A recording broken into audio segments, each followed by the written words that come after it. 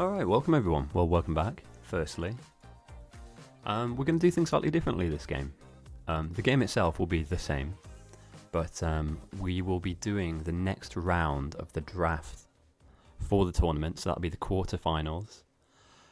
Will be selected at the end of this stream. So if you want to see who's going to be playing who as the tournament progresses, the quarterfinal draft will be at the very end of this.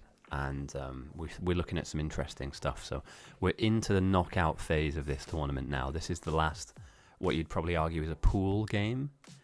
And yeah, things will progress. We will see who is making it up the greasy pole to become the champion. Bob, thank you for the follow whilst we're offline. I do appreciate you, mate. Yesterday's game was interesting. Stalling happened in front of our very eyes. We saw some stalling. So let's try and keep that to a minimum if we can. And yeah, hopefully we'll be on for a game. Today's game shouldn't be a long one, but it is preceded by two special events. So if you don't want to play this game, but you've got time to play something later, we have Threat Farm Madness at 6:30 GMT in 2 and a bit hours time, followed by the PvP Space Age, and they have coded in the worm, that enormous destructive worm boss. It's actually in the game, and I may, if I'm done with my league match in a different game, I've got a Division 4 game I'm going to be getting involved with later. I will be coming in on that one because that will be amazing. That will be great fun. So yeah, hope you're all doing well. I do have on my third screen the England versus Italy game. By the time the pick phase will be finished, the Six Nations will be over anyway, so I may as well entertain myself with something else whilst we wait for 3 hours for them to pick 10 people on either side. I mean, it's a joke, but it's also a little bit tragic how it's taking this long to organise ourselves. But we endeavour to continue nonetheless. No, let's do that. Do I need anybody on Discord? No, we got on Discord too. So yeah, it's Pavev versus, who are we on today with? It should be down at the bottom of my screen actually. Pavev versus Teo.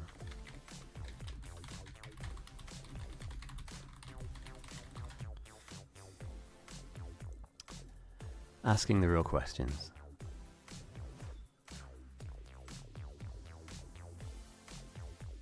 Because we normally would have started pick by now, right? We normally would have had our captains go. Alright, we're starting at 10 past? Around 10. Lads, come on. Why do we do this? It's the same time every week, and it has been for years now. I think this should be a forfeit for this. If you're late, yeah, there needs to be a forfeit if you're late. Somebody gets to name your team something silly.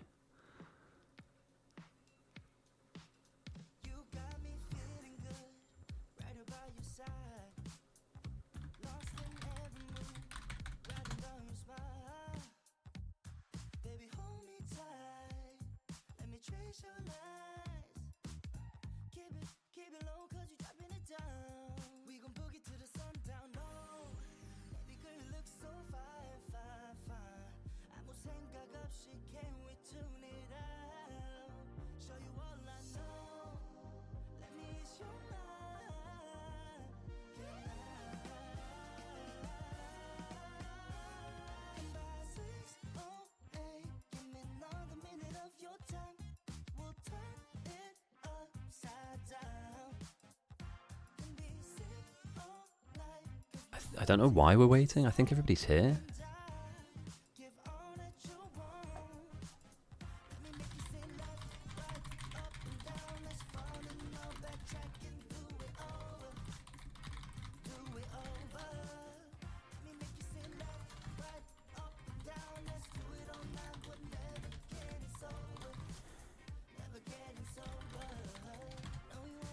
Let's see if we can incentivize some kind of penalty, like we name their team something silly, or we force them to play in pink. Not that that is a penalty, but if they don't normally do so, then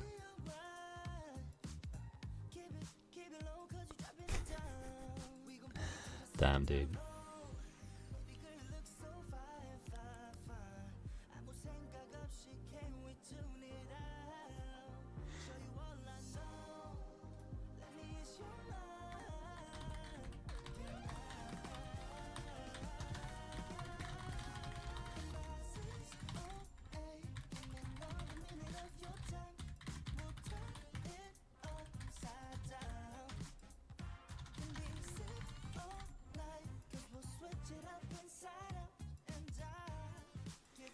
Yeah, dude. When at least when I was in charge of running this stuff, it ran like clockwork.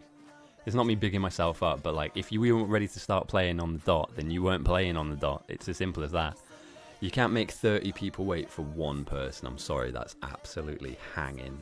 Mentally speaking, imagine being part of a sports team and you had to wait for one person to arrive so that 30 of you could play.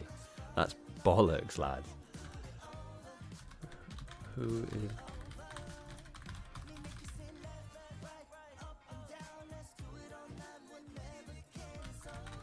No, I'm sorry, lads. You're just holding us hostage here in like a holding. I don't mind. Like, I'll just talk to you lot, but it's frustrating because.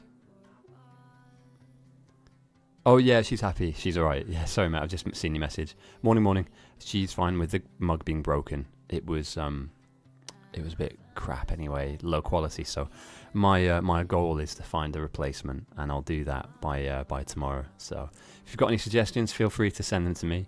Anything with pictures on or...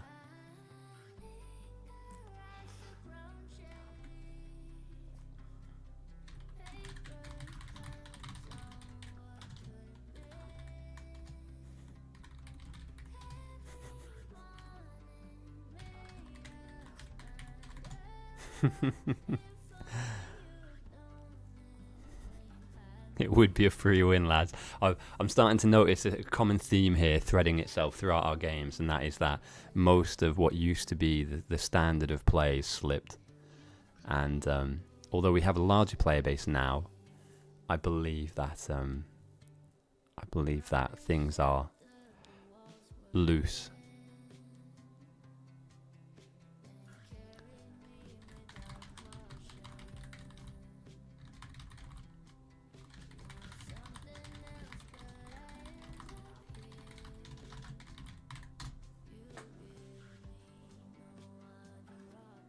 Okay. Well, we will be up and running in 2 minutes' time. I want to reiterate this very clearly. If you have to wait 10 minutes for one person to appear to start the game, that person is the problem. I don't mind waiting. I waited 40 minutes yesterday to play Stellaris and it didn't happen. That's fine. Not salty about that at all.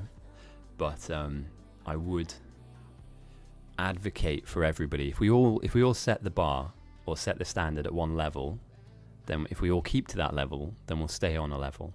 The moment you start making allowances for one person or two random people just because they want to join late or they're doing something else, they can join later. Both captains are here. Let's get this going on. This should not take long. Well, here we go. Pick phase has begun. I will see you in 3 hours' time. What I'm going to do is, I don't play chess. I'm going to teach myself how to play chess. And by the end of this pick phase, I should be a grandmaster. Yeah, I should be about 3,000 elo, right? And beating Magnus Carlsen on the regular. And for any of you who don't know that, Magnus Carlsen is basically a chess computer. He's very, very good. And I'll be able to beat him because pick phase takes so long. I can teach myself a brand new skill and become the best in the world at it. As we wait for them to pick teams. But let's take a look at who we have, what the map is and what the map isn't, and go from there. You know, we're looking at another tournament game. Once this one's over, that's it for the pool stages.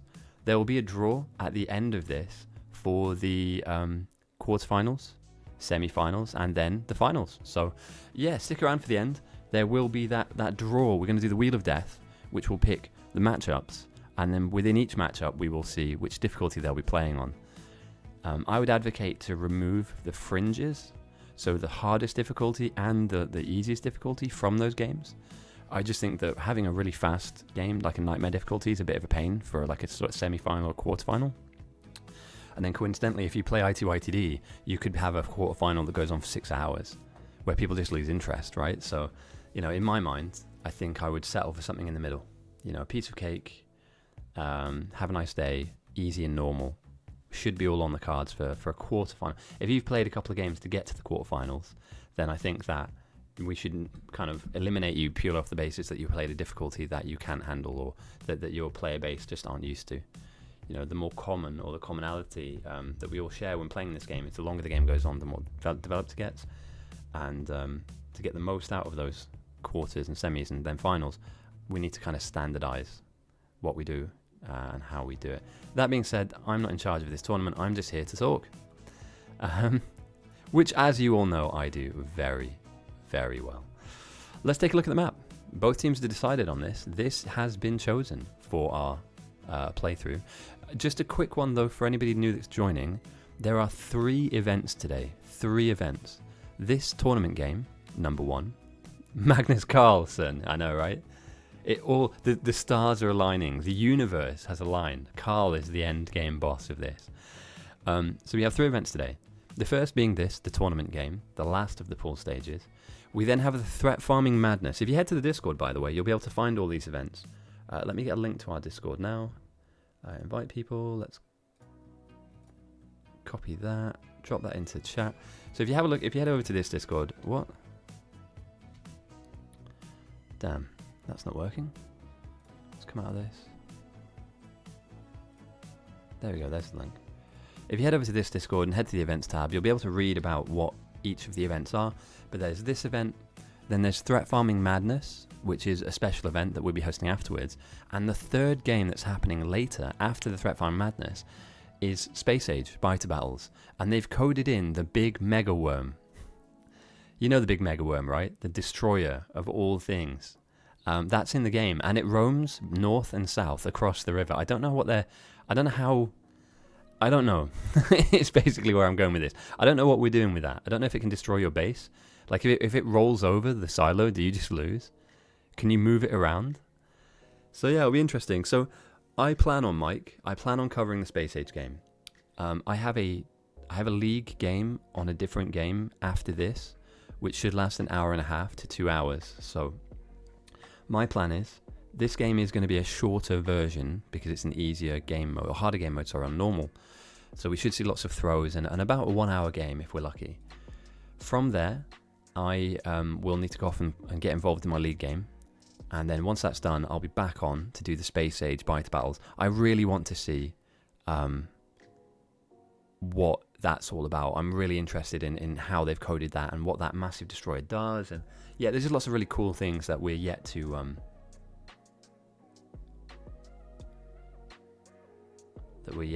get involved with. So, and whilst all that's happening, I do have the rugby on my third screen, sorry. So whilst pick phase carries on, I'm going to watch hopefully England beat Italy. But if it goes the other way, well done. Forza Italia, Forza Azzurri. Looking at the opening mineral patches, we've got a really hefty amount of iron, hefty amount of coal and copper, strong stone as well. A few trees dotted about, but not a lot of waterways, and there is some oil around too. At this stage of the game, at this difficulty phase of the game, at this difficulty, I anticipate that we're going to be looking at spam, red, green, and then potentially military blue. So having large patches in main is fantastic, and potentially you could set up a base over here to the east, make the use of these mixed patches here to the west, and get yourself a spam base, something that you can throw a load of science at the enemy for. So far, I think that this map is primed, is ready to go for us to have a good game. Obviously, we'll still need threat farming too, but we're hoping that the game ramps up quite quickly. So, yeah, I heard it appears after Silo gets destroyed. I think I'm under the assumption that it doesn't. I think it roams around the map. It just doesn't come close. Like, I think it's around the edges of the map and then it slowly moves in. But we'll have to wait and see. We'll discover that together. I don't think it's the first time I've heard of it being in the game for us. You know, obviously it's been in the game for the DLC for a while now, but for us in Biter Battles, we haven't seen one yet. So I don't know what the coding is like and what it's meant to do. And can you kill it? Is that a thing? I don't know. We shouldn't have small teams today. What we'll probably end up with, there's still 26 people to be picked. So we should end up with round about 15 to 20 on either side once, the game gets rolling. A lot of people turn up slightly later, or they kind of miss this part out because, as you guys know, the pick phase takes too long. So a lot of people just go off and do something else, like learn a new language, or as I was speaking about, learning chess and then beating the world champion, because I've played it for so long that I can learn to become the world number one. Whilst we wait for Biter Battles game to get off the ground. So yeah, it's not ideal, but here we are. together on a Sunday. And I hope you guys are having a good weekend. I hope you've had a good weekend so far. And I hope that the weather is nice by you. It's finally sunny here for the first time in absolutely ages. It's warm for once. So that English summer has kicked in. We're going to get 2 days of it and it's back to grey and miserable.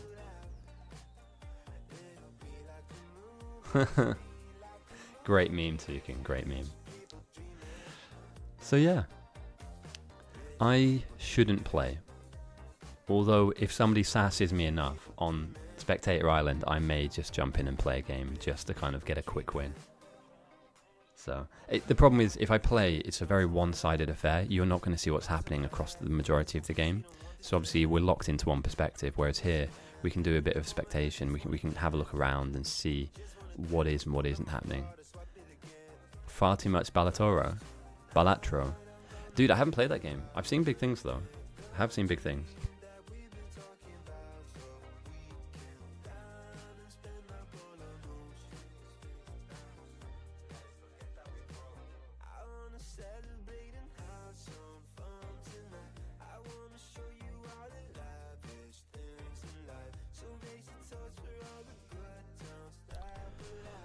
Okay, so they're starting to speed things up now, it looks like.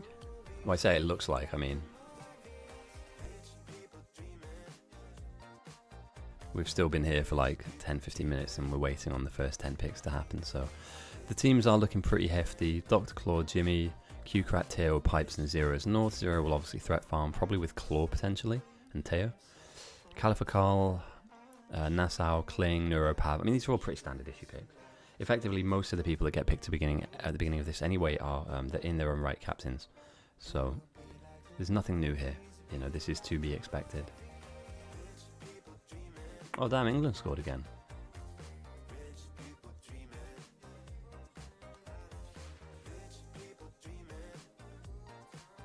And he gets the kick. Fair play, mate. What a great 10. What a great 10. So yeah, we're winding up. We're winding up for the game at hand.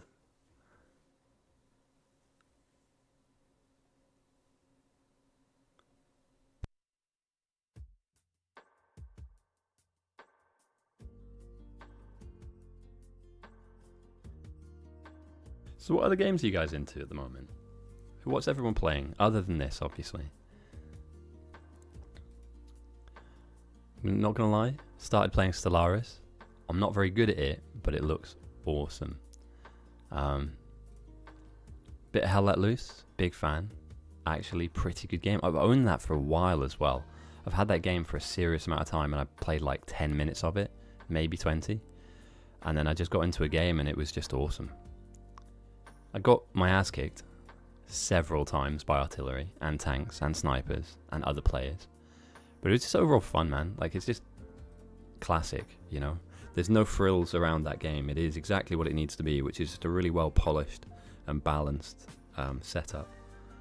Apart from the fact that I genuinely thought that somebody was aimbotting me, but I guess I was just playing bad. You know, shock horror. It doesn't happen often, but every now and again I just have a terrible game, and that was one of them. I had no idea where I was getting shot from. Spawn in, run somewhere, get my head taken off, rinse and repeat for 5 minutes.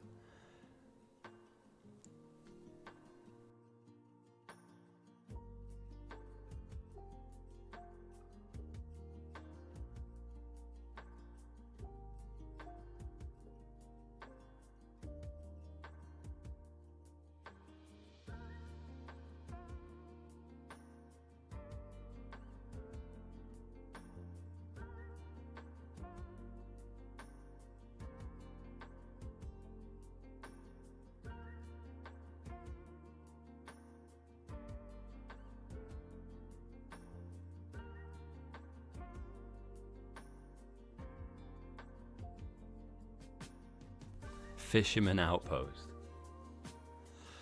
Terrible.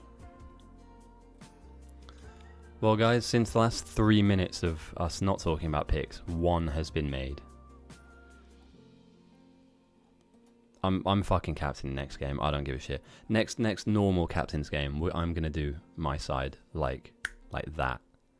It is not. You do not need to have a debate about this. Fordecker gets picked. right now, if I'm picking somebody, right, I'm picking Fodeka, I'm picking Bus Driver, I'm picking King, I'm picking Hawk Duo, I'm picking Blitzy, because I know them. I know what they do. One more, pick them. Whittle, pick that. Right? They're 3. If I get half of them, they're 3 picks. I can make bang, bang, bang, done. The problem is if you allow the opposition, it's almost like chess, right? If you give them enough time to think, you'll give them time to plan. You know, we're not taking advantage of this. We're not making the most of this environment. Speed them up. They don't like it. They're not ready for it. These are people that are really settled and like to play their very specific way. Why are we giving them that? Speed them up, get them out the rhythm, get them out the momentum, and fuck with them the moment you start the game. Force the game to start on time instead of us waiting 10 minutes for somebody to appear. Then pick really quickly to force them to pick really quickly too, because there is a timer on this. And then start the game as soon as possible. Because it takes 15 minutes for the game to get off the ground anyway. That's when you should be having a plan and talking to your team, right? Start the game, get everybody to slap all their stone furnaces and miners down, and then go, alright boys, I picked outposters, pick a spot and go. So the idea that there's some kind of grand plan or a novel being written on grand strategy in the middle of this is just bizarre to me. It isn't happening. Both captains are kind of new and need to be consulted by vets. Nah, dude, I think that's death by committee. Honestly, I think it's I've been in those Discord calls before where everybody wants to talk and everyone wants to have an opinion. And you know what? At the end of the day, lads, if you're the captain, your balls are on the line here. It's on you. And potentially, yes, there might be a language barrier, but these are players that play within the community all the time. These are names that we see all the time. Everybody is relatively well aware of who does what and who doesn't. So you don't need to have a long, prolonged conversation. And like I said, at the end of the day, it's your tournament run on the line, right? If Pavev loses this game because he listens to every single person on his team tell him to do 1,000 different things than what he wants to do, he doesn't make the quarterfinals, doesn't make the semi-finals, doesn't make the finals. So I'm happy to hear it, but at the end of the day, whatever I plan needs to happen. And if you're not on board and I picked you as a teammate, you'll get off the team. It's simple. We all pull in the same direction. We're all on the same bus. We're all driving to the same destination. And if you don't want to be part of that, or if you don't like what we're doing, then go. Like, there's no point in dragging dead weight with you. And yes, new players may join that aren't too sure of what to do, and you'll see them and you can find them in the game and help them out. But if you have a player that just doesn't like your vision, don't use them. They won't be useful to you. In fact, they won't even try. So I'm not saying that about all of the vets, but I've been in games where people just don't like what's happening, and so they just go and fuck about. Like, nah, man. We're at the ending pool stages of a tournament here. So at the end of the day, if you're being chosen to be picked, you're also choosing to buy into the idea that there is one person running the show on your side and you are part of that machine. You're a cog in that machine. You certainly don't have a hand on the steering wheel and you do not have a foot on the accelerator. You are just a cog. And when you get your chance to captain, you can be driving the bus too.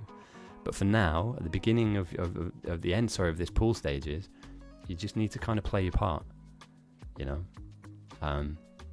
It sounds pretty brutal, right? But somebody will be captain champion.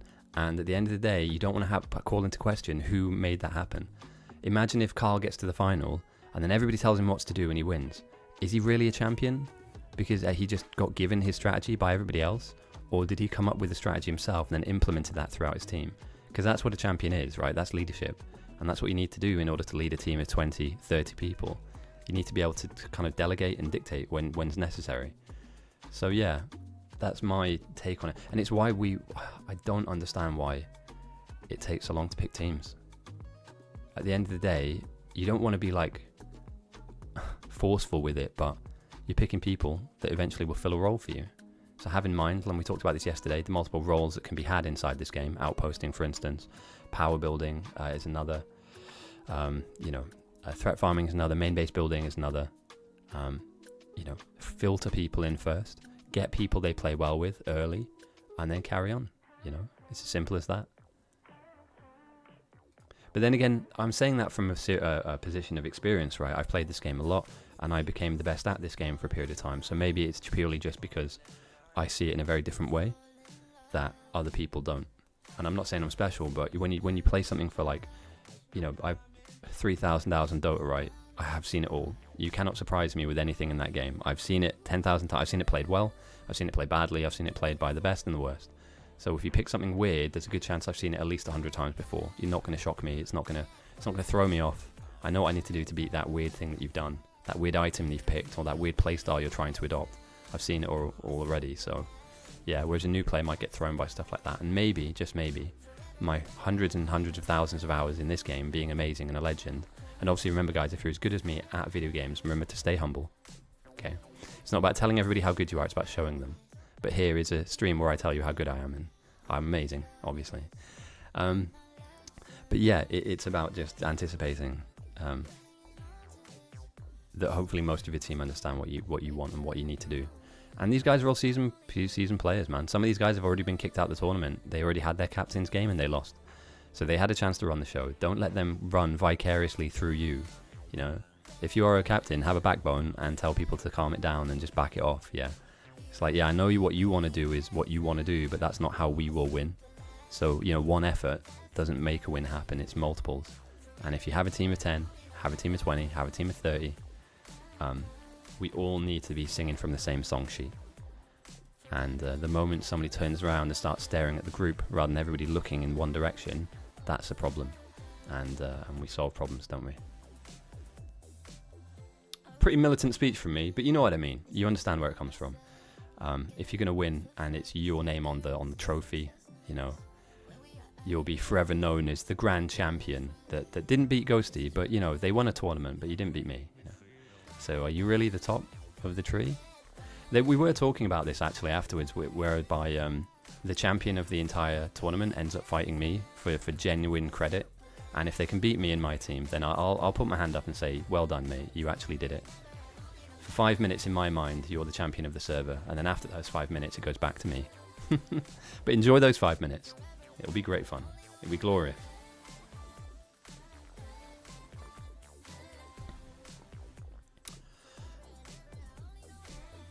Damn, dude. How many people are left to pick? 4. You know what's really frustrating as well? When it gets down to one person and that takes like 5 minutes for them to figure out to click the last guy. Get out. Get in the bin. Get in the bin. Okay. It's 29 minutes past 4 GMT. And they've had 30 minutes now to talk to the people they've picked. Are we going to wait another 10 for them to now figure out what they want to do? Lads, if you run a business like this, you'd go fucking bankrupt. I'm just saying, like, if you ran a sports team like this, you'd lose every game. Holy shit. If you need to take this long to make a simple decision, then we're going nowhere quick. We are racing to nothing. And again, like I said, the way that you win this game is you take all these guys are really, what's the word I want to use? A lot of the player base are very settled. They don't like confrontation. They want to play their game one way. They have one speed. And yes, that's quick. That's fair. Oh, right. So we're now waiting 15 more minutes for them to figure out to say, look, guys, build the base up. So yeah, as I was saying, these players are settled. They only play at one speed. Some of them are very quick, and some of them just have the thing they like to do, right? So if you're in a boxing ring with a box that does one thing, and they only do it at one speed, how do you beat them? You do all the things they're not comfortable with, and you do it at speed that they're not comfortable with. So why are we giving people that need a lot of time to think that time to think? Just go and figure it out on the fly. Trust me, you will beat them at their own game because they'll outthink themselves. Their 9,000 IQ plays they want to make, like that chess move where they're stroking their beard and going, what do I do? What piece should I move? Let me just take an hour to make that. No. Hit your clock. Stare them in the eye, go on, bud. Do your thing. You know, outthink yourself. In Dota, it's a concept called debate. I'm going to allow you enough room to outplay yourself.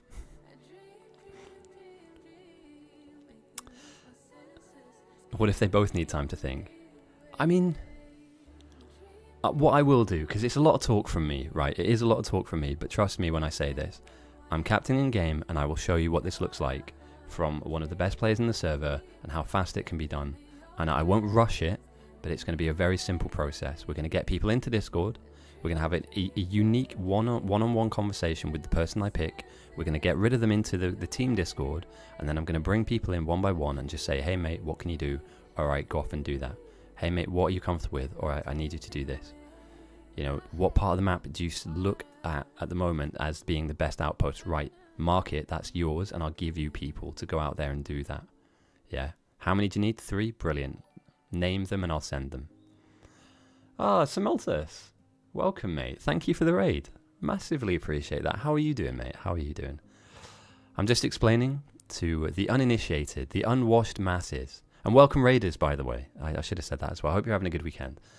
To the uninitiated, to the unwashed masses, we're just speaking about how we pick teams, how we talk to our teammates and organise a good, solid game. And because at the moment, this is just, we're staring at a game that is stalling at the moment before it started. But I hope you're all doing well. How was the speedrunning doing, mate? I haven't really checked in on the speedrunning side of life. Are you DLC speedrunning or are you 1.1? Got you. I was going to say, dude, I mean, what's the, has anybody set a record for the DLC? It's got to be like hours long, right? It's got to be like 6 or 7 or 8 hours long, surely. To bounce between multiple planets and then back up to space and back down again. Or is it so big that nobody has yet managed to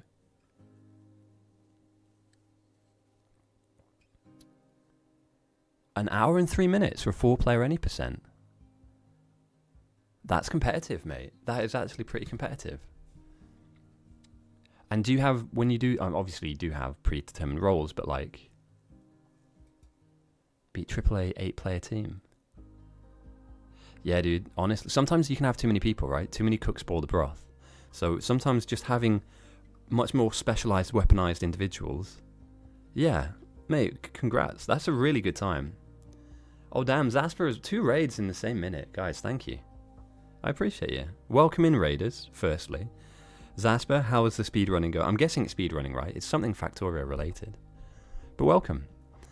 For any of you that don't know, this is a game. I know that nothing's happening right now, but we're in the end stage and end phase of a tournament. And at the end of this stream, we'll be rolling to see who this quarterfinalists will be. And we'll be moving up from the quarters to the semis to the finals. And at the end of all of this prolonged, protracted setup of me streaming and talking about how amazing I am. Oh, perfect. You guys were... Oh, yeah, because you're a team. Sorry, mate. It's been a long day. And it's going to get longer if this goes on any longer. This game, I mean, it's taken it forever to pick teams. But we endeavour to endure.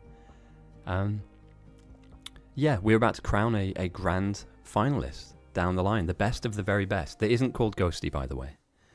For anybody that's new, that's just tuning in right now, welcome. But we are going to start this game, trust me. We're not going to stay here forever. We're currently sat in neutral. We're waiting to get into first gear, and we need both of the captains to be ready for us to do that.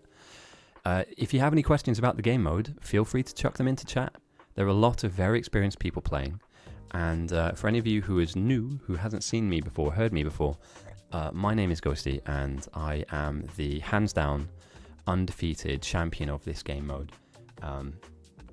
Don't check the stats, but I am the very best of the very best, and I'm very humble about it as well, obviously. So what I do, instead of playing in these games, which would clearly ruin the experience for everyone, because it would just be a free win, I spectate the games, commentate on them, and I help teach aspects and facets of the game that maybe you just didn't know, you know? I've learned a lot about this game over my thousands and hundreds of thousands of hours of playing it, so I like to impart my wisdom, some knowledge, onto the unwashed masses, that is the Biter Battles community at large. For any of you that think I'm taking myself seriously, by the way, it's completely a joke. So, yeah, for any of you out there going, fucking hell, this guy's an absolute dick.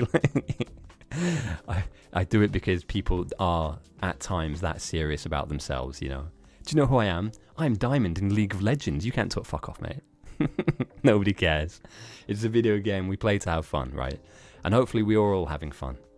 In our own chosen, respected video game. For Mace, thank you for the follow. Appreciate you, mate.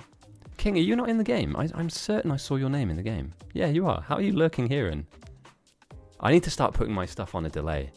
That's what needs to happen soon, actually, because for the quarterfinals and the semi-finals, people may try and get a read on the situation. So we may need to start implementing a slight delay on the stream. But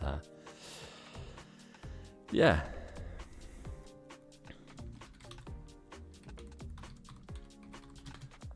I'm just going to try and jog them into position, jiggle them into position. It really, especially considering the game starts at a medium pace. It starts at a medium pace, so we shouldn't really need this amount of. I feel like we're embellishing our player base with far too much time to organize. For those of you that are new, welcome. And sorry, before I get ahead of myself, I have fancy little MS Paint tools that I will use to draw on the screen. If this offends you in any way, shape or form, I don't mind it. I'm here to draw. I want to channel my inner Bob Ross as I stream. As the game begins, as you can see here, there's an enormous river down the middle of the map. And that river bisects the map into where there is a northern side and a southern side. Both sides are exactly the same topologically. They have the same ore patches, but those ore patches are just reflected through the river. In this opening area, we have a silo, and that rocket silo, if destroyed, means that your team loses the game. So you have to build up a base in and around this area. So let's take south, for instance. We'll just focus on one side of the map because they are the same effectively. Exactly the same. So initially, let's use orange. Initially, you're going to have, your kind of smelting is going to come down here. And then potentially, you build your power over here in this black box. And then your technology and your research should be kind of down here in this purple area. And we would denote this and call this the main base. This is a central hub, which we must defend, that will produce our technology in order for us to rank up and get up the tech tree to kind of bigger technologies, more developed products that we make, and give us better research. Obviously, you guys are all Factorio fans, you know this, but there might be one or two out there that don't. So I'd like to try and cater to the newer player base that we may have. As you know, the tech tree is huge, but we don't need all this stuff. We don't need all this stuff. There is an optimized route all the way to some of the better stuff like Spidertrons. Who doesn't like a spider roaming around the battlefield? If you want to get to this, then you'll need to research all of this, right? Pretty simple. And at the very beginning, we don't have a lot of research, so we just have the red jugs. From there, we can research down the tech tree, all the way down to blue and military and yellow and purple, all the way to like space science if you want to, and then finally we can unlock this. In this game mode, we're on the clock, basically.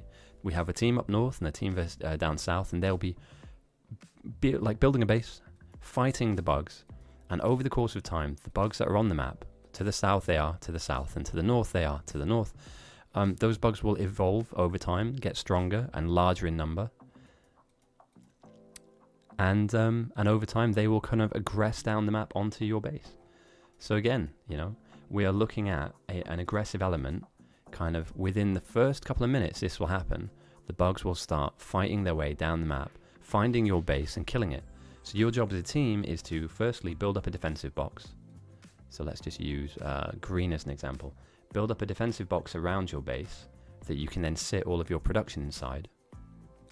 That where the bugs do come, they hit the wall and then they bounce off it because you have big defenses behind those. And all of your kind of technology and your research and all the nerds that don't like to be outside the box sit inside doing nerd stuff. The game has begun. Finally, I thought it never would. I thought I was here forever, like this is some kind of gaming purgatory that I exist in. But the final game of the pool stages of the Masters tournament for Biter Battles, and if that isn't a mouthful, I don't know what is. We need an abbreviation. If anybody can come up with one, please put a suggestion in the chat. On the north we have 17 players, on the south we have 18. The north is led by Teomarx, and the south is led by Pavev. And I believe that V is actually an L in his language. I might be wrong. I remember him saying somewhere that's actually Pavel, not Pavev. But I may be wrong. Correct me if I'm getting that bit wrong. So yeah, as we see, most starts for Factorio, you don't have anything automated. We're not given a huge amount here to start the game with. So we have some furnaces and burner miners. And inside of those, if you put coal, the burner miner will mine up whatever resource it's on. It will pass that resource into the stone furnace through this little yellow arrow. And then with a little bit of coal inside of here and some rare ore, these stone furnaces will begin to smelt plates for you to build stuff with. And again, it's why I go back to why the planning phase is such a piss take, because the first 10-20 minutes of a game, you're just doing this. Like, you're just setting up a base. You could talk to your team whilst this happens. If you're one of those players that needs to lock in, then maybe this isn't the right space for you. But here we go. Enkling's already setting out some really nice smelting arrays to the west of the base. These should cover the basic ores, so this will be kind of copper and iron. And hopefully at the end of those smelting stacks, we should see a mall where belts and assembly 1 buildings, Inserters will be made. We're on normal game mode now, so I don't believe we're going to see a very long and developed game. The bugs will ramp up very fast through sign sends, and the theme of this game is to send signs. It's to unlock signs to get to a point where you can send a signs that will mutate the bugs in a particular fashion. So red signs does a small mutation, white signs being space signs does an enormous mutation. It makes them big, it makes loads of them, and it makes them really, really, really angry. So yeah, let me just down this real quick. Discord is... okay, perfect. And as I said earlier on, we have 3 events today. We have this game, the tournament game. We have a Bite to Battle Space Age game. So if any of you like the DLC and think, oh, wouldn't that be cool if... yeah, we've done it. It exists. That big destroyer worm thing has been coded into Bite to Battles. That's going to be fun. And we have a threat farming game directly after this. So there are 3 really cool events to get stuck into. For any of you out there that want to play this game, this is an open game that you can join. I would say that it would be good to have a bit of experience jumping into this game, mostly because we are looking at a tournament game. So these are the better players in the server that are all very quick at what they do. Oh, Zbit and Zuga Zaga, what a name! Thank you for the follow. I do appreciate it, guys. I say this every week. I'm just appreciative of anybody checking in on our tiny little gaming space, you know. We're not a big channel, and the server itself is not enormous, but the game mode is incredibly deep and fun. So if you're just a Factorio fan, and you're a big fan of just the vanilla or the speedrunning side of the game, this might tickle your fancy. This might be something of interest that you want to kind of learn and pick up on. Now, as we talk about this main base, and as we can see on the south, they are setting up some smelting lines and some kind of beginning automation with some power. We see some players running away from main base. They're not deserters. We don't shoot them and send them to the gulag. These people are setting up a base outside of the main base that will not take from these initial ore patches. As you guys know, you need to kind of max out as much as you can your smelting lines. You don't want these to be running just dry or with a dribble of, or you need to kind of fully flesh these out. So you can't have all the players existing in one space. So these players are coming out, creating like a satellite base, known in our game as an outpost. And again here, Pavev and Wu is created a little satellite base out here, and each of these bases will perform a function. Some of them are to build up power, some are to build up an offensive base, so to go and fight the bugs. I'm almost certain that Zero Sun will be part of the North's threat farming directive, and some of them will be made to be sign spaces, so they're there to create late game items that will give us access to the very deepest part of the tech tree. And they're out here in the middle of nowhere because nobody's getting in their way. They have all of this space to work with, all of these minerals to kind of tap into their big massive smelting structures. And Thorb. Okay. I don't have Discord. What? Jump on Discord, guys. Oh yeah, and I need to do that as well. Let me just send a link. For any of you guys that want to read about those events, rather than me just talking about it, take a look at this real quick. And I will change the music up in a second. So this is our Discord. If you have a look in there, you'll see a link to all the different events, and each event is explained effectively, and you'll be able to get some news on the tournament games as they go along. So far, we have an event every weekend, and I believe that the grand finals, I'm going to try and get some co-commentators on board with me. I did ask if anybody wanted to do co-coms, and nobody wanted to jump in. So as far as it stands right now, those quarterfinals will be cast by just me, which is a shame because it's more fun with more people. I'm going to be honest. If any of you out there like talking as much as I do, mostly about how great I am, but I'll take other topics on the table as well. You know, we're happy to table other things for a brief period of time in between me talking about how amazing I am. Then feel free to drop me a message and we'll do some co-commentary. You don't need to be a legend like me at the game, or the number one in the server like me, in order to do some commentary. You know, just feel free to hop in for 10 minutes and talk about the game. As we see now, as I go into our board of stats, we can have a look at what each team are researching, and at the beginning of the game we have the same kind of researches we all need to do.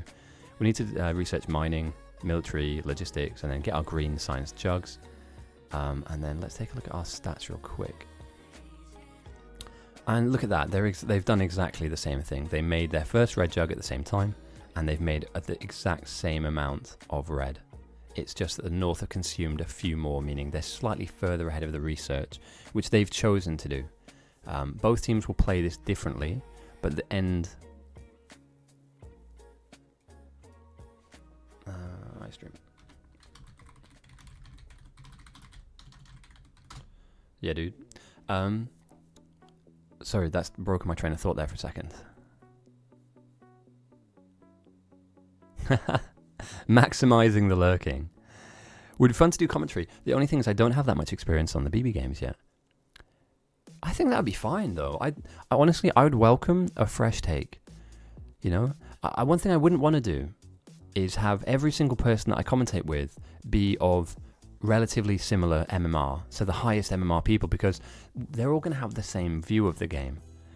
It looks complex, and in many ways it is, but when you get really good at the game, it becomes very simple. And let me try and explain that a little bit as we go. And it's why I'm slightly miffed at the yeah, they had to start adding on more zeros. I just stopped playing after a while because it wasn't worth it. I was taking people's lunch money off them effectively. Which is never fair, you know. But then again, if you choose to compete, just remember, I'm doing the same. I'm in it to win it. So it's why the pick phase slightly annoys me. You don't need time, right? So if I'm on North, for instance, and I am starting the game, all of my players are here in the middle, and we're just about ready to go. My initial plan to begin with is to do something as simple as this. It's to identify which side of the base I want to build my base up on.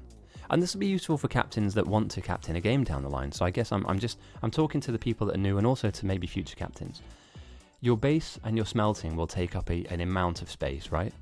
So we have a choice. We either go left or right. Sometimes you want to build above your own base, but that is rare. Mostly because the taller your base is, the higher up it goes, the closer it becomes to the bugs. So you have a choice, right?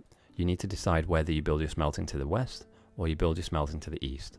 Once that decision's been made, you just need a few people that are going to help you do that. Beyond that, there's one other job straight away that you need to ask somebody to do, and that's to build up some power. Which, as we can see here, Blitzy with a couple of friends are building up power, right? So in the north, let's say we've made that decision. We're building to the west. So in this area, we're going to have our smelting, and our power is going to go down, well, where their power is, because it's the best spot for it. You don't need 20 minutes to figure that out. You need about 2 seconds. Beyond that, you need to then zoom out and take a look at the rest of the map, because you need to send units, little squads of players, off and around the map. This is where Discord is great, because you can get into voice comms and you can talk to your team. And for instance, I'd say, you know, if I say to QCrat, hey Q, what do you want to do this game? And Q says, I want to spam signs.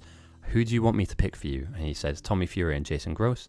I get him the teammates he wants. I say, look, find a place that you guys can do your thing. They select this area of the map, and I give it to them. This is their spot. Nobody else can come here. This is where they're going to do their thing. And that goes with all these little units of players. King of Gugu does that. Zero Sun, grab them into Discord, talk to them 5 seconds and say, look, I don't want 20 people in the main base area here. There's not enough stuff to do. So please just find a spot out to the west or the east, whatever looks good to you, and go and do your thing. And I'll check back in on you in a few minutes.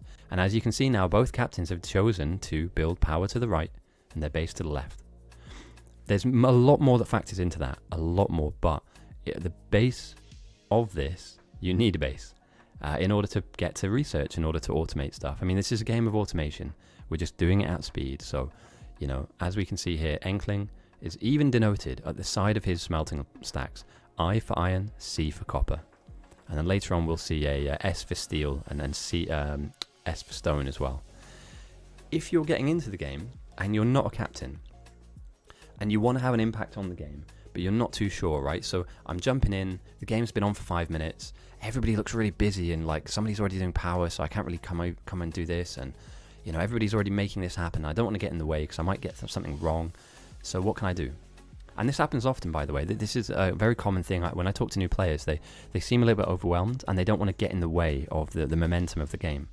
I can give you a very easy thing to do that will be welcomed, honestly welcomed, by any player in the server. Find 2 things: a stone patch and a coal patch.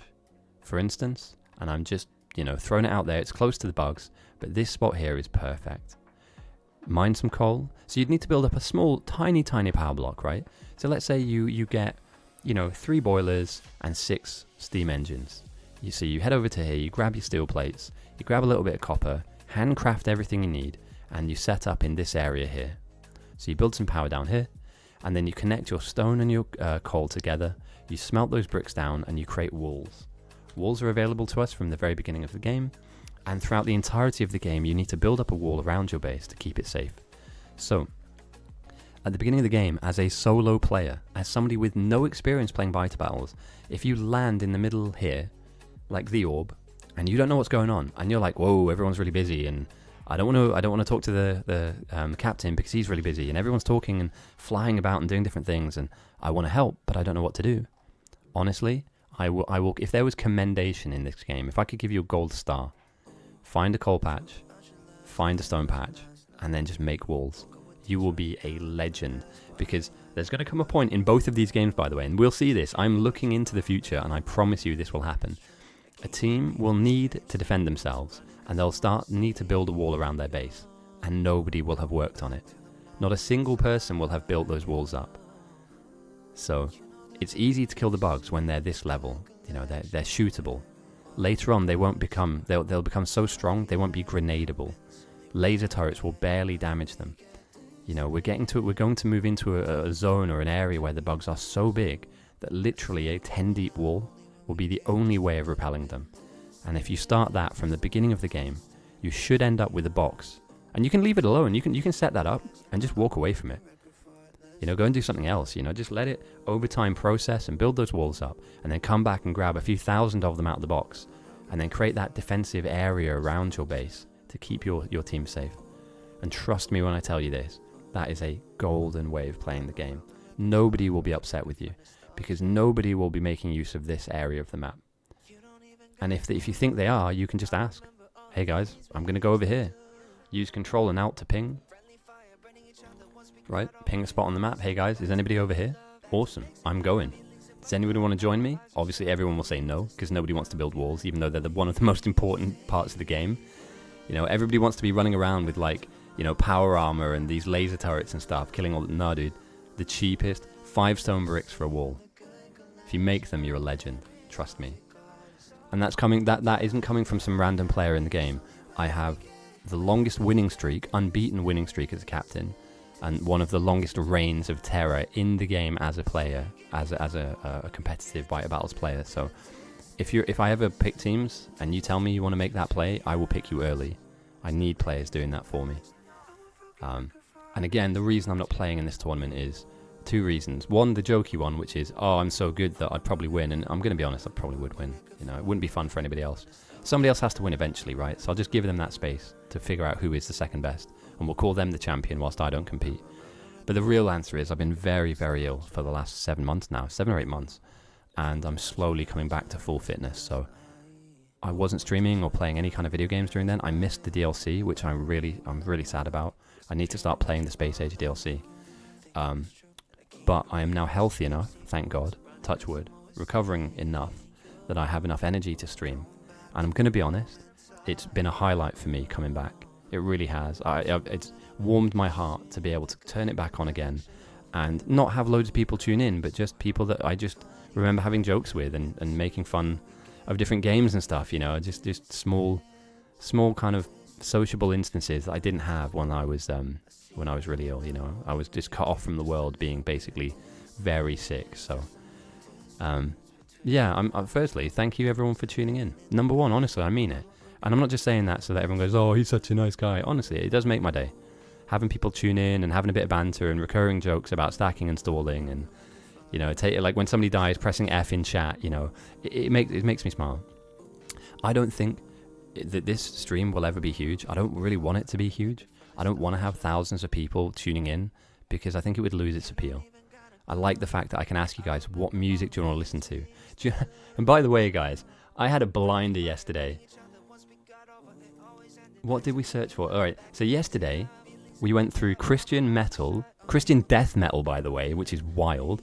We listened to some Swedish reggae, some German Uber techno.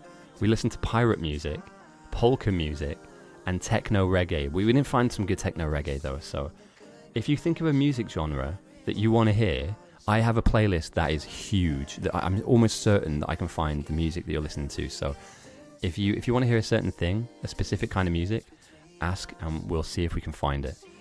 This is a benevolent dictatorship. I'm in charge, but we make this together a really fun experience. And yeah. Call me anytime. I can spam 50,000 balls for 3 hours. I kid you not. Players like you, people that do that, are invaluable. And you might not get, when the game is over, right, and the end game screen pops up and everybody's thanking like, oh, thanks Enkling, you did a really good job, or oh, thanks this guy. It was you. You were the reason that we won. And you will never get any credit for it unless somebody spots it. You know, I like looking out for stuff like that because it's always nice to get a thumbs up going, hey mate, what a legend, thank you for doing my walls. Or the power players, right? It's quite repetitive, this job. Build a boiler, build some engines, build some pipes, build some pumps. You know, build some power poles, and that's it. You know, then bring some coal here. But it's a thankless task. But the thing is that you need this power from the minute the game starts all the way to the end of the game. So if I see people doing it, I always give them a thumbs up and say, hey mate, you're a legend, thank you.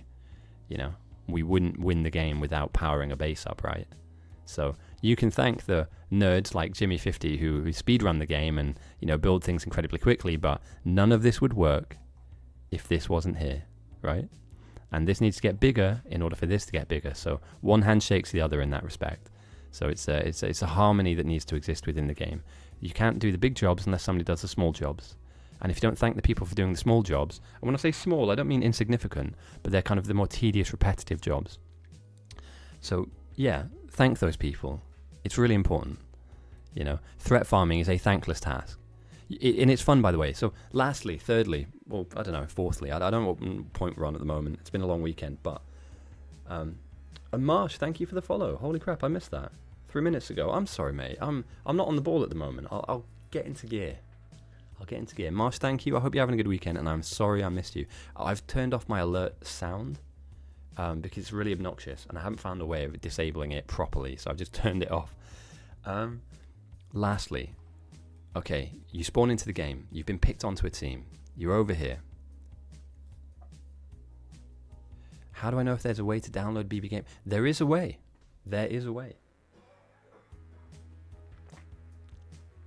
If you take a look in Twitch chat, about 3 messages above yours, head to that Discord and ask in the general chat. There is a person who has the scenario saved, and we hand the scenario out constantly. So yeah, head to the Bite Battles Discord and ask in general, which is one of the tabs in that chat, in the Discord tab, and just ask them for the scenario, and I'm sure that somebody has been giving it out recently. I hope that helps, but I don't have it personally. So back to another noob thing that you can do, right? So my name's Ghosty, I'm a noob, and I loaded into this game, and I've watched a bit of Ghosty online, because he's a legend, and I'm spawning into my first ever game. Power is being built, so I can't do that, and somebody's making walls. All these nerds are doing all this nerd stuff, and I don't really understand this, so I don't want to do anything here because I might ruin it or break it. Smelting has been put down, and I'm starting running out of options here. I'm stood in the middle of the base, and I'm not doing anything, right? I want to be active. Now, don't just join a random outpost, number one. A lot of the time, these guys are friends in real life, and they'll be on a Discord call themselves.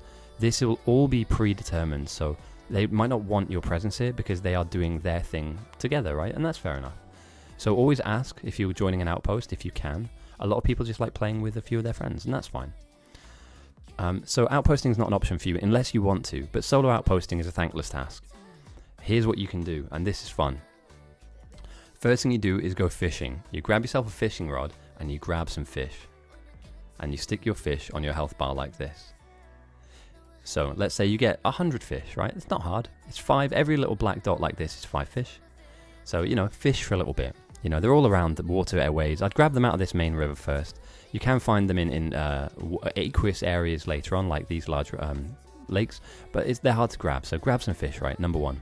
Trust me, I'm not trolling you. This is actually a playstyle. And this is something that I managed to get to the number one in the server from doing. So number 2, upgrade your gun. You start with a pistol. You don't need it for very long. Grab a submachine gun, right? So there we go. 2 items. Build yourself a submachine gun and grab some fish. Thirdly, build up a load of firearm magazines. Do not go to red ammo, stick on yellow, build loads of them. And if you can, build some grenades as well. And lastly, and most importantly, get yourself some armor, light armor. These items here, these 5 items here, will allow you, if you have enough, you only need 1 armor, obviously, and later on you can upgrade this, but you need this to begin with. You run up here into bug territory, and whilst the bugs are quite weak, you begin to shoot them and kill them, and you blow up their bases. These worms protect the base, and they will spit acid at you. The bugs will, attack you and degrade your health, and using fish will heal you. Throwing grenades at them will kill them. And as you can see here, King Crimson is fighting the bugs. Why would you do this? What is this madness? Why isn't he building the base? This isn't helping anyone, is what a noob would say, but that's not you. You're not the noob in this situation. I'm just hypothetically creating a noob that doesn't understand this in order to answer my own question, because I'm a genius. Don't worry about it. If none of this makes sense to you, don't worry, it's fine. It's called the weave. I've heard. And if anybody gets that joke, you're a legend. So why is he doing this? He's not building a base. He's not helping his team, right? Well, he is. Massively, actually. What these players up here are doing on the north, and I'm sure down south as well, the players are doing this, they're employing a term called threat farming. And this is a perfect example. In fact, if I follow this player right now, I will then... Jam... Is that the guy's name? How do I spell that? Sorry, give me a second. I want to follow this guy because I want to draw out what he's doing. JARM3NK3LL. Boom, okay.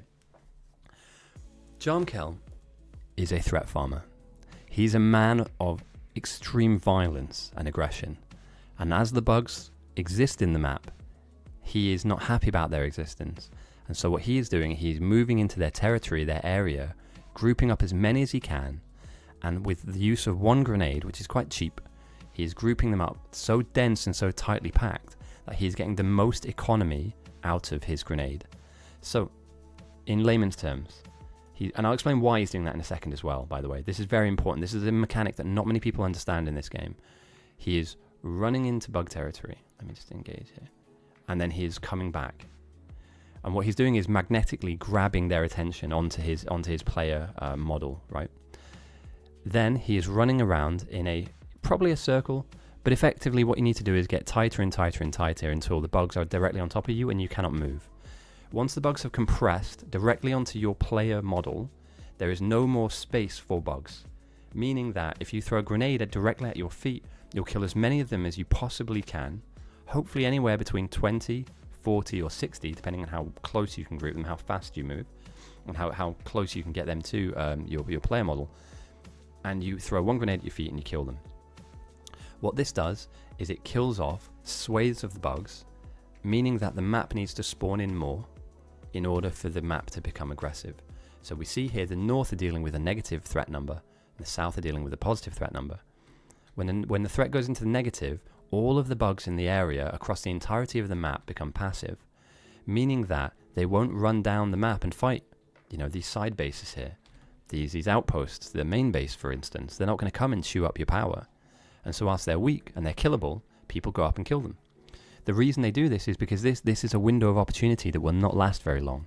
So you have a brief moment, maybe half an hour, maybe 45 minutes, if you're lucky, on a normal difficulty game mode, to kill the bugs and drive that number into a negative. And what 1 or 2 people are doing on a 20-person team is making the map safe. Whereas on the south, because the bugs exist, here we go. I mean, perfect timing, right? They are coming down the map, they're meeting your base, and because they're meeting your base, they're fighting your stuff.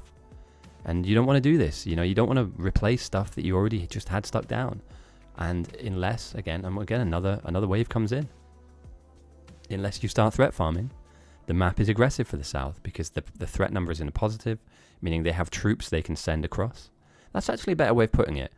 Negative means no troops, and they need to spawn troops in. Positive means they have troops, and troops will move on your position. And they'll move all over the place. They'll either come out here. We see this every week. We see bases that are really far away. They get attacked too. So, up north, they're forcing them to fight themselves. Killing off loads of bugs and driving the threat even deeper now into negative. And the south need to start doing that. So you're a new player, you've got some grenades, you've got a gun, you've got some fish. Come up here and have a fight. Trust me, you won't be able to do it for too long. The bugs over time will naturally evolve to become stronger, meaning that, you know, the attacks you're getting here now, that you can kind of survive by, you know, chugging some fish, will kill you.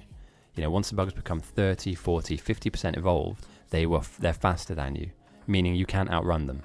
You know, you have to stand and fight or get in a tank or a car and drive away. So far, this is a viable strategy, but later on down the line, not so much. So let's check in on the actual builder nerds, right? So that's the portion of the game I like. Yeah, it's true. It's super true, dude. It's a very economical play to make. The one thing it takes from you, and I mean this, the one thing it takes from you is your time. And that's the only frustration, is some people don't want to spend 30, 40 minutes, you know, running around and killing and shooting the bugs. And the bugs do evolve. So as we can see here now, for the south, we have some of these pink shell bugs. Pink is the next level of stage of evolution. So we start with the little brown shell guys, which are up here. See these little brown shells?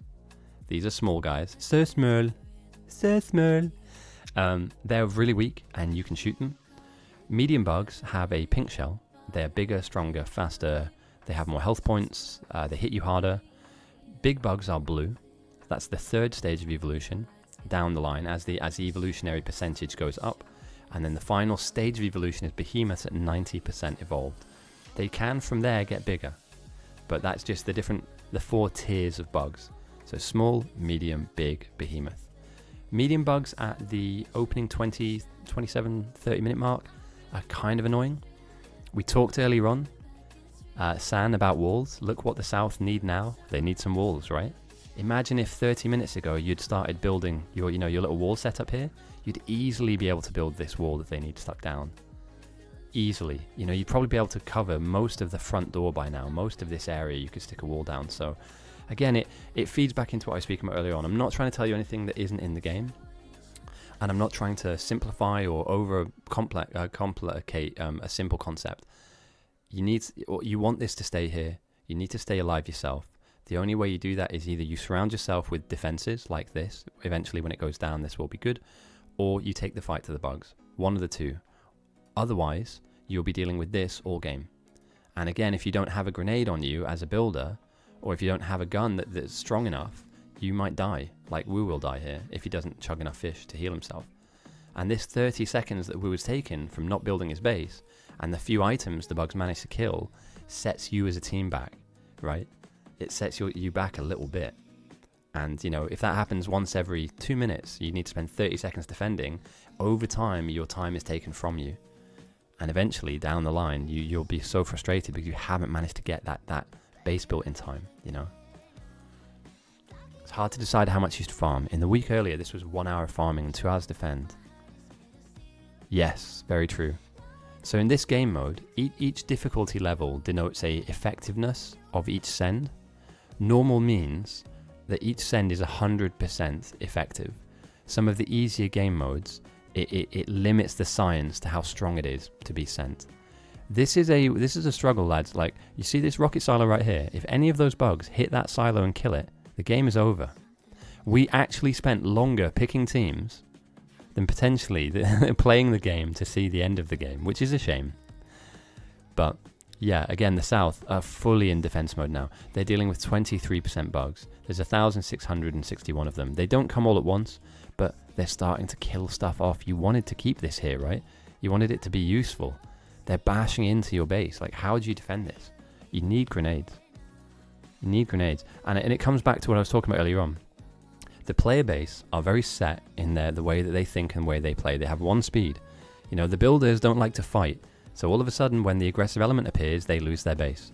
And it's why I kept saying during the pick phase, speed them up. They don't like this. They're not used to this. They're not ready for this. And it's happening here now in front of us. They're not thinking about defense. They're not thinking about, you know, having grenades on them, having armor on them, having health items on them. And and imagine this, we've just spent 35 to 40 minutes picking a team, and yep, why? If we're just going to lose a game in the first 30 minutes. It does. And it's why I don't buy into this whole we need loads of time to come up with a grand strategy. You don't need time. You need to organize. There's a big difference. Organization can happen in a sentence. It doesn't happen with a 30-minute council meeting where you swear people in and everybody gets their own vote and role and you must call me the Minister of Economy. No, fuck that. 3 of you go threat farm. Who's volunteering? Nobody volunteers. Pick 3 people, send them. If you pick somebody on your team that threat farms, all right, mate, who do you need? All right, go threat farm. Good luck. In a sentence, you can delegate. You do not need to have long, protracted conversations. I appreciate, however, that language barriers are a thing, and not everybody speaks English or your chosen language that you're captaining in, which would slow down the delegation side of it life. But all of these players are good enough. All of them know what to do, and at the moment, South are struggling. And again, we look to the difference in the North and South. The North are dealing with a 17% evolved bug, but there's a negative number, meaning... Oh, damn. F in chat, guys. Press F to pay respects. Meaning that their map isn't aggressive, right? Look at this. All of these builder nerds up here can just keep building, right? There's no problem up here. They've got red-green in their labs. They're just researching. There's not a problem. And look at the difference. They've made some grenade buildings. So, a difference from the North to the South. Do the South have anything defensive-based? I don't see any grenade. Oh, I see one. It's made 15. It's not too bad. But I'd be worried if I'm on the South. It's certainly not GG, though, guys. It's not GG. I'm just talking about, kind of wider strategic differences between the two sides, right? The South took a while to get into threat farming, and I don't believe they're continuing on now. So they're still going to be aggressed upon by the bugs. Like little areas like this potentially might be overrun. And in fact, I almost think they will be. Let me change the music up real quick, because... I don't think this is thematic to the stress and pressure of the situation for the South. So let me get on something more tentative. Because again, you don't want to lose this stuff. This is all free. You had this a second ago, and now it's gone.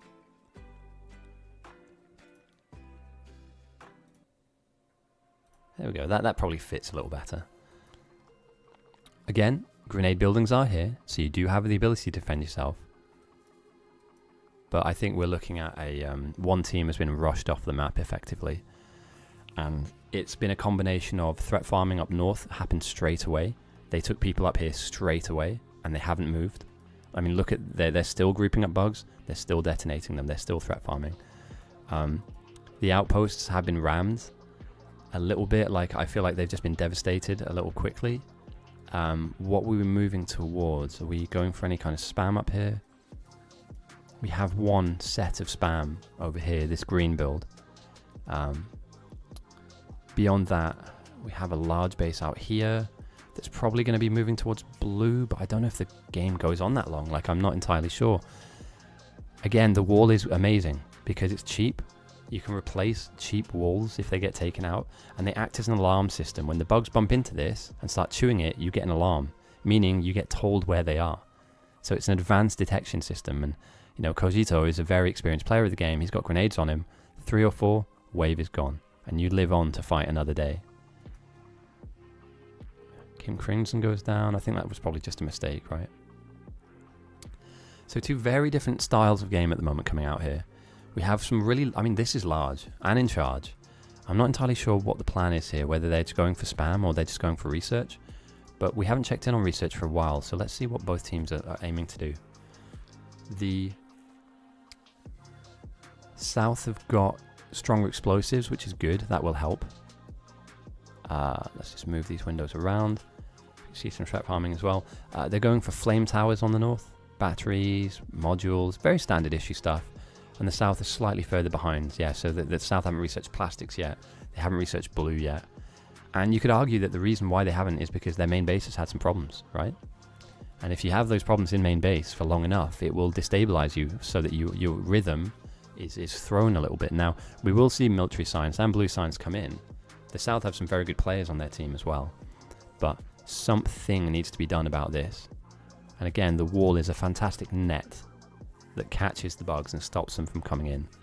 So, and like you said, Sam, you mentioned earlier on, I'll build you walls. Whoever built these walls now, whoever made them, I bet you the people are going, holy crap, I'm really glad that guy did that. That has been a saving grace of our defensive effort here. This line that they've drawn now in the sand, this defensive kind of blockade, it will keep the south alive. It will not stop the bugs from coming around. They won't just come down here because you've built a wall here, but you've managed to stabilize 1 out of 3 fronts that you must. You know, they will always come. The bugs will always evolve. They will always get strong. So you must always defend, always. So they will come here, but they will also come this way too, and they will come this way. So there's 3 axes that you must defend at all times. And at the beginning of the game, and they don't stop coming. There's 3 axes you must defend at all times. And you know, the people that disengage with defensive ideas usually lose the game. I'm telling you that now, from experience, from hundreds and hundreds of games of experience. I've yet to see an indefensible game where people just don't. 100%. I got the nickname. The Minister of Defense. Whilst I played, and I still hold that nickname, by the way, because I was the Minister of Defense. Now, my playstyle was a mixture of, a lot of people saw me threat farm, and I'd be down here just mowing down bugs, fighting them further back, because you can get into their territory, kill these bases off, and then move down into kind of deeper territory.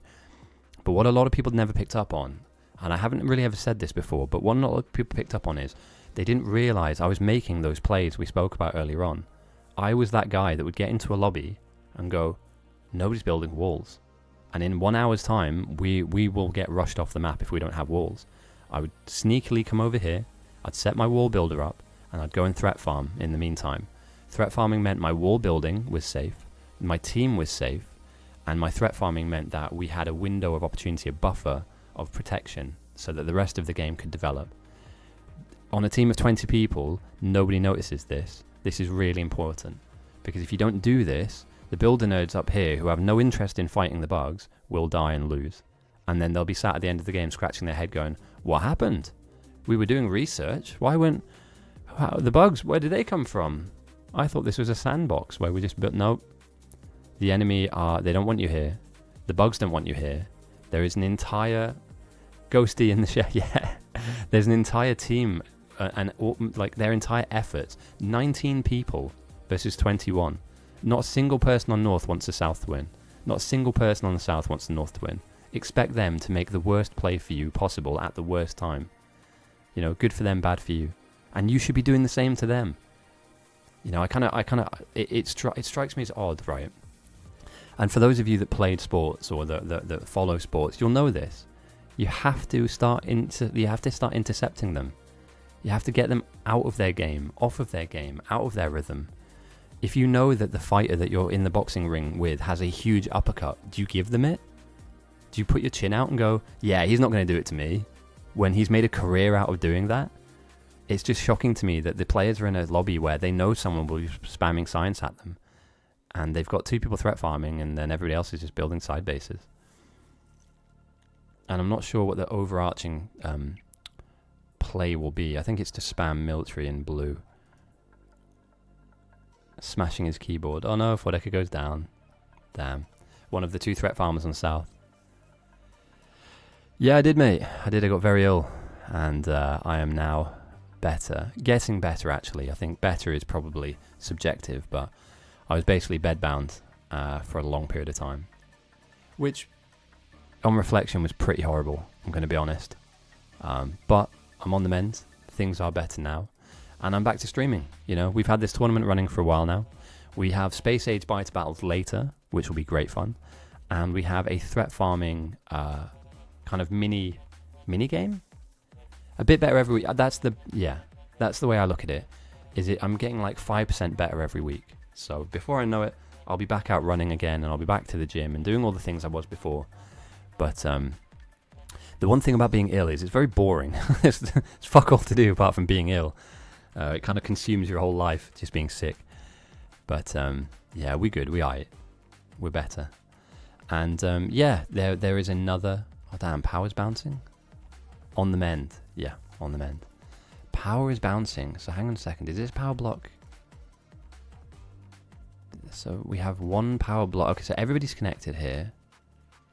Are these guys connected as well? Oh, you greedy men. You greedy people. Carl, also known as the Greed Lord. Joshua and Hop Nassau, greedy people. They've built this enormous base and they haven't powered it. They're stealing power from Maine. Stealers, mate. We found them. Yesterday they were stallers. Now they're stealers. And as you can see, as I hover over one of these power poles, power is bouncing at the moment for the south. So another negative. You know, if I'm the captain, I would grab somebody and say, hey guys, just check the power real quick. And somebody please add to this, right? Build this up. You know, we can certainly add a few more boilers and a few more steam turbines to this. Or head up to, like, look over here, right?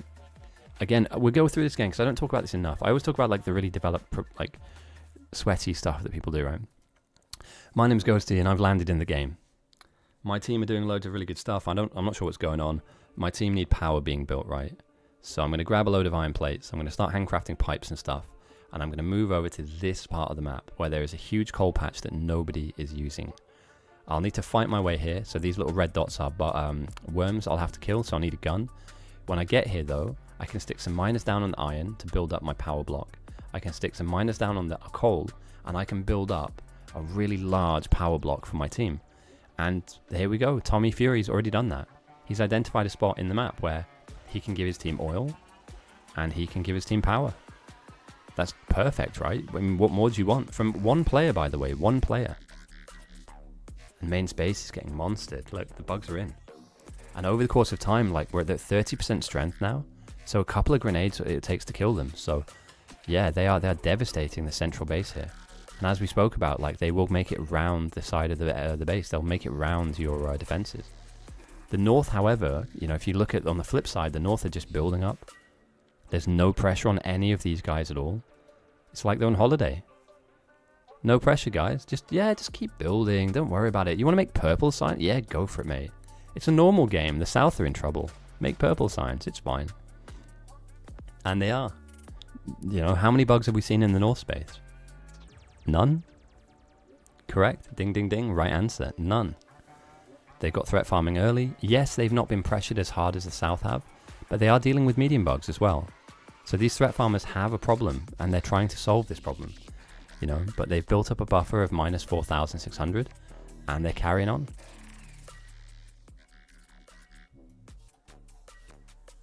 So what am I happy about on the South? This large base is a potential game winner if they can keep it alive. They have all of the infrastructure available to go for purple spam if they don't lose the main base. Because having a base out here is great, but it doesn't win or lose you the game. Like losing this area, having the bugs fight all the way to your silo and kill this, that is game ending, that is GG. So again, I would advocate, strongly advocate for these walls to close up, right? For some defenses, like some flame towers to go down. And for us to just create our little box. What do you want, little cat? What's up? You definitely have food, mate. I'm 90% sure you have food. What do you want, little furry? Hang on, I need to go and check if my cat's got water. I'm 9,000% sure that my cat has got everything it needs to survive right now. But I'm getting yowled at, so something's wrong. Give me a sec, I'll be back in a second.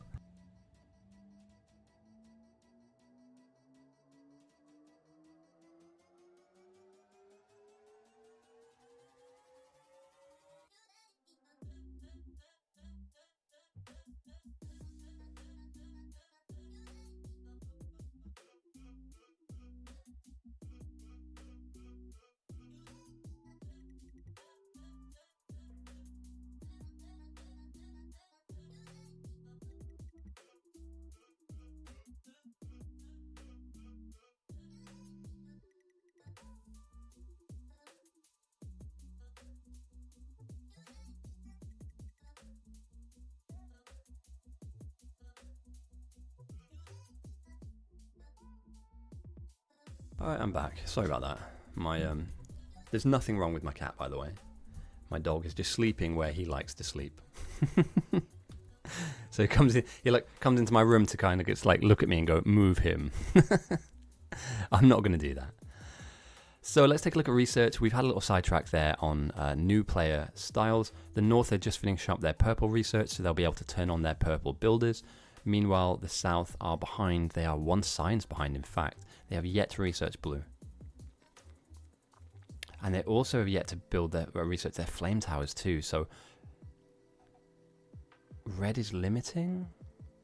That can't be the case. Why is red limited? Oh, it's power still? Dude, how is power still a problem? Oh, did it get smashed a bit here? They had some bugs in the area. Yeah, power is a serious problem right now. That won't be enough as well. So other power units on the South are turning themselves off. That's a real kick in the nuts. Real kick in the nuts. You know, for instance, like this patch here, all Tommy Fury's done here is seen a coal patch that he could kind of mine, like this tiny little 400k, and he is just, yeah, he sent it, mate. I don't know if this will be enough, and obviously, guys, never use yellow inserters to feed, you know, never use something that needs power to feed power, but for now, this is fine. Oh, hey, Alam, how's it going, mate? Welcome, welcome. We're driving our way towards what looks like a northern dominant win.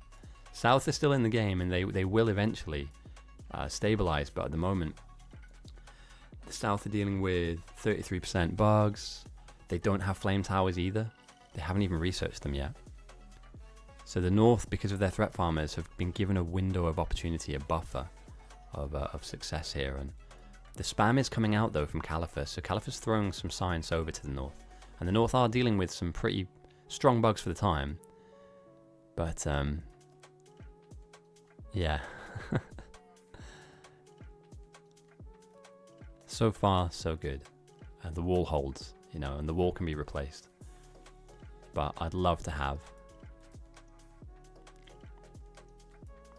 South has far too much going on.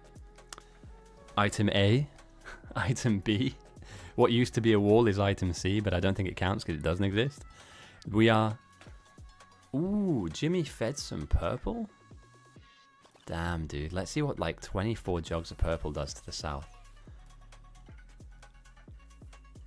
So almost 50 jugs of purple have gone across to the South, and that's moved the dial by 7%. So we're almost driving out of control at this point. You know, they firmly on the North have got their hand on the steering wheel and their foot on the accelerator, and they are just gunning it. And that came from the outposts, right? That came from here, and that came from here. And yeah, the South have yet, by the way, if we look at the research, they are researching flame towers now. The North have had that research in for a while. So yeah, the waves are going to get big. They're going to get nasty. They're now majoritively medium-sized bugs, which take multiple grenades to kill. And we're only, what, 6% away from big bugs. So the South are in a bit of a difficult spot. It's not impossible. Strange things happened. But as you can see here, it takes a couple of grenades to kill off 1 or 2 of them, right? So, you know, you need to make sure you have armor on, number 1. Make sure you have some grenades, number 2. Don't bother shooting them, it's not worth it. Bullets at this point are now defunct. You're going to take far too long to do basically nothing to them. You need some grenades, buddy. Throw them at the bugs. Otherwise, more will come. And yeah, the problems are getting worse up here, mate. It's not looking good for Massive Blue, who looks to be run down very soon. Jumbo Billybob comes in, experienced player with some grenades, manages to blow away half a wave, now another third of the wave, and the wave thins out. Jumbo Billybob saving Massive Blue there. But a hole in the wall has been established as a third wave comes in now to extend the size of the hole of the wall. The wall is getting an absolute pounding at the moment. But I'd rather this go down than this, right? Because you can replace the wall. Walls can come back. Your main base can't. And I want to kind of just put it out there. I think that the North have just sped their way up to a victory. The South haven't made a couple of missteps, though. We can't deny that. We have seen a few of them. We've seen some missteps here. It's not game over, but the North are comfortably in control. Comfortably in control. And it wouldn't surprise me that things just get worse from here. There was an attempt to set up some defenses, but no turrets were kind of created either. So we're in a purple era at the moment. Purple just seems like it kind of wins every game mode.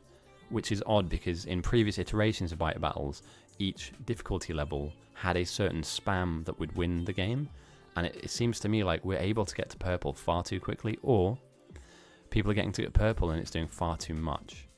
One of the two, right? So power is balanced now. And again, look, we're talking about like flamer towers not even being researched. Once they're researched, they need to be built. So like, do we have that production up? You know, are we able to create those? Oh, we probably are, I guess. Like, military blue is on. Smelting's not that hot for the south. Another wave make it past the defenses and close in on some of the mining. Massive blue goes down near the front line. We're going to stay here with this wave because, again, we spoke about this earlier. Having any bug smash into stuff that you already have, they tear up a bit of this. It's horrible to replace what you just had. And again, they're strong enough now to really uproot a solid amount of your smelting. A decent amount of your production is up in flames now. And how many players down here have defensive items on them? You know, here we have a grenade box with 13 in. There we go. Perfect. Almost problem solved, almost. But still very frustrating to deal with as Jimmy sends 50 more. And more of their smelting is under fire at the moment. The outpost is now in danger. And the south are invaded at the moment. The bugs have come back to retake what was once theirs, the land that it now has some random factory slapped down onto it. It's being uprooted. So it's a bit of both, for me, in my mind. The south got slightly outplayed here, but the north have done incredibly well. I would have, in hindsight again, and hindsight is 2020 obviously, but I would have sent people down here immediately. It took a while to see anybody come down south to threat farm. It's not their fault. But as we saw here up north, I mean, look, these guys haven't moved. Literally, every time I've come up here, it's been the same two guys. We're not talking about a 20-person effort, 2 people. With loads of stuff on them to just keep this up. And yes, they're also dealing with mediums, and maybe not the same level, because purple's starting to be sent now, so obviously the Evo will ramp up for the south, but, you know, those 2 guys have made this possible. Those 2 guys have kept this base safe. It's kept this base safe, right? And this base is continually built and built and built and built. And, you know, it's something that has been maybe somewhat neglected a little bit. The south is still in the fight, though. As long as you keep your silo, you're still there. Still winnable position. But you are certainly behind, and the north are certainly in. It's a weird one. It's like the new meta. People now rush to purple. As we can see now, a new evolution of the bugs up to blue. So we have some big bugs on the map. There we go. Boom. Blue bugs. Hate them. And they're horrible to deal with. You know, these guys will eat grenades. At this point, if you don't have flamer towers that can kill these guys, you're in a problem area, really. You know, a couple of grenades do a bit of damage, but not a lot. And again, how many grenades do you want to really spend on a wave that looks like this, when you could have flamers down, just hitting them at the moment, killing them? So yeah, purple seems to be the meta. But again, if I check back in on the stats as well, yeah, at the 47-minute mark. So you can have a look at this, right? 4 minutes for the first red, 14 for the first green, 29. So there's a good chunk of change between green and military. 29 minutes for military, 36. Only 7 minutes after military they had blue, and only 9 minutes. 11 minutes after blue we see purple pop up. So they were ready to go with the north. They pulled the trigger on this and managed to get all the way down to purple signs quite early on. Meanwhile, the first blue jug was built for the south after the first purple for the north. We haven't done predictions. Do you know what? We were waiting so long at the beginning of the game. I forgot to do predictions. I tell you what though, it's the start of the quarterfinals is the next round. Once this game is over, I'm going to hand over to Carl, who's going to do the picking phase next. So Carl is going to kind of pick out who the quarterfinalists will be, or who the matchups will be, and what difficulty they'll be. That's so sad, dude. Hand flamethrower. Is this the new play? Just hand make a flamethrower and just do it yourself. It's working though. Not gonna lie, it's actually working. Decent play. As now finally we see some flame towers come down, and maybe this stabilizes the south, maybe. But even then, there are bugs around the flame tower construction, and people are going down. So yeah, I'll be handing us over to Carl. I'll be raiding Carl after this, and then we can kind of tune in to the next phase. At 7 o'clock, I've got a league game that I need to go and play and get involved in a different game. So I will be spectating and commentating the Space Age game later tonight. But the game after this, I will need to stop, effectively. I need to stop my stream, head over and compete, and then get back later for Space Age DLC. When I say, no, not League of... No. Absolutely not. No. Not League of Legends. It's just, there's multiple divisions, layers to my league, and I'm in Division 4. So I'm going to be spectating a league game of a different game called Hell Let Loose. Of which I'm really getting into, by the way. Great game. As we see a sideswipe coming in here to the south space. The server that I play on, that I'm part of, our Division 4 game is today. And I want to kind of commentate and spectate that. Because it's the first... We want to get out of Division 4, right? We want to be Division 3. And it only starts today. So our league is a fun one, mate. People from all over Europe competing. And down the line, you might see me streaming those games. Because I'm trying to get into the team. Like, there's like a roster... And then there's the 50 best players on that roster. At the moment, because I don't really know that much about Hell Let Loose, I'm still getting my eye in and learning the lingo and learning the language of that game. Jumbo and Fordek are doing a really good job here, just pulling that wave away from their production. If this dies down, by the way, they lose their flame tower production, the only thing that they can use to keep them safe. And as we can see here with a slightly beaten up wall and some broken flame towers on the ground, those flame towers, if they can keep them alive and keep the bugs away from them, should, obviously should is an operant word here, give them a line of defense that they can use to stabilize their position. Although at 80% bugs at the 58-minute mark in a game, I think that, in my mind, and I am just one mind, this is done. This is cooked. So obviously, you know, I will. If I'm wearing a hat at the time, I'll take it off and eat it. But if the South win this, I'm not entirely sure how they stabilize this level of threat. We're 8% away from seeing behemoth bugs, and at the moment, the research is looking. They haven't got purple down even researched.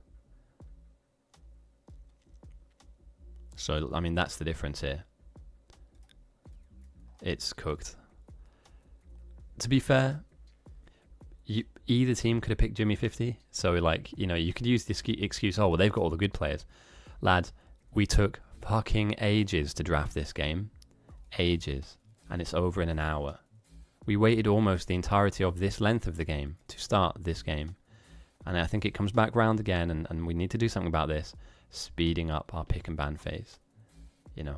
Especially if you end up with games like this. I'm not blaming anyone. There's nobody at fault here. Sometimes you just lose.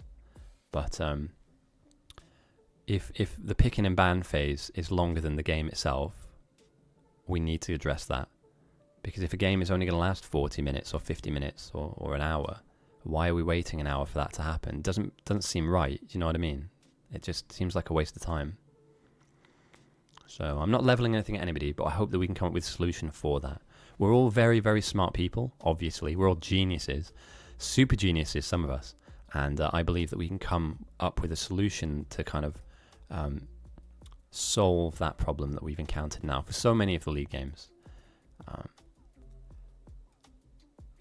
But yeah, the South, devastation.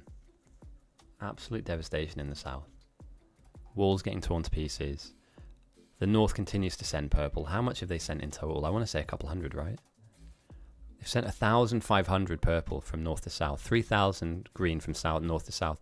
And this is a difference, right? Again, it's happened twice in a row. Yesterday this happened as well. Look at the aggression from the north. They've sent thousands of green and thousands of purple. Look at the lack of aggression from the south. They sent 1,000 green and that's it.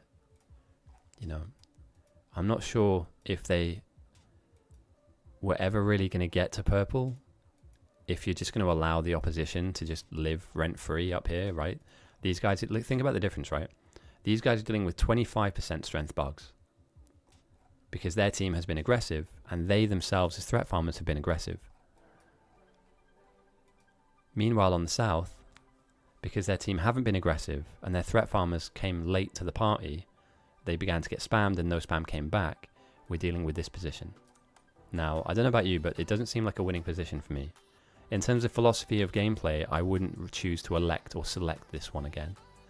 Of course, there's always winners and losers. There are no draws in this game mode, but it's a shame. This had promise, and it didn't live up to its potential, but GGs are called.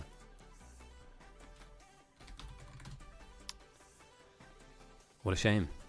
Well played to the North, however. You know, you got to give it to them. It's almost a given that the South always win, but here we are. Yeah, did they get in at all? Like, they never really kind of rattled the enemy area. I mean, look at this. Carlstream.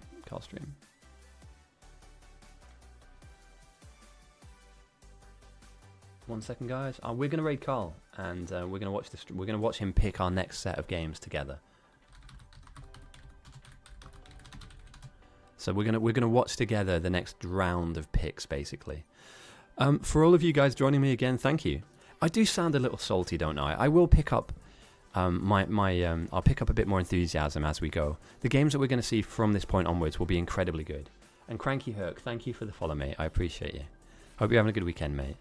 But you've got to understand, it's frustrating seeing the same... When you see the same thing over and over and over again, you know, a team not attacking, a team that's so concentrated on the late game, they forget about the mid game.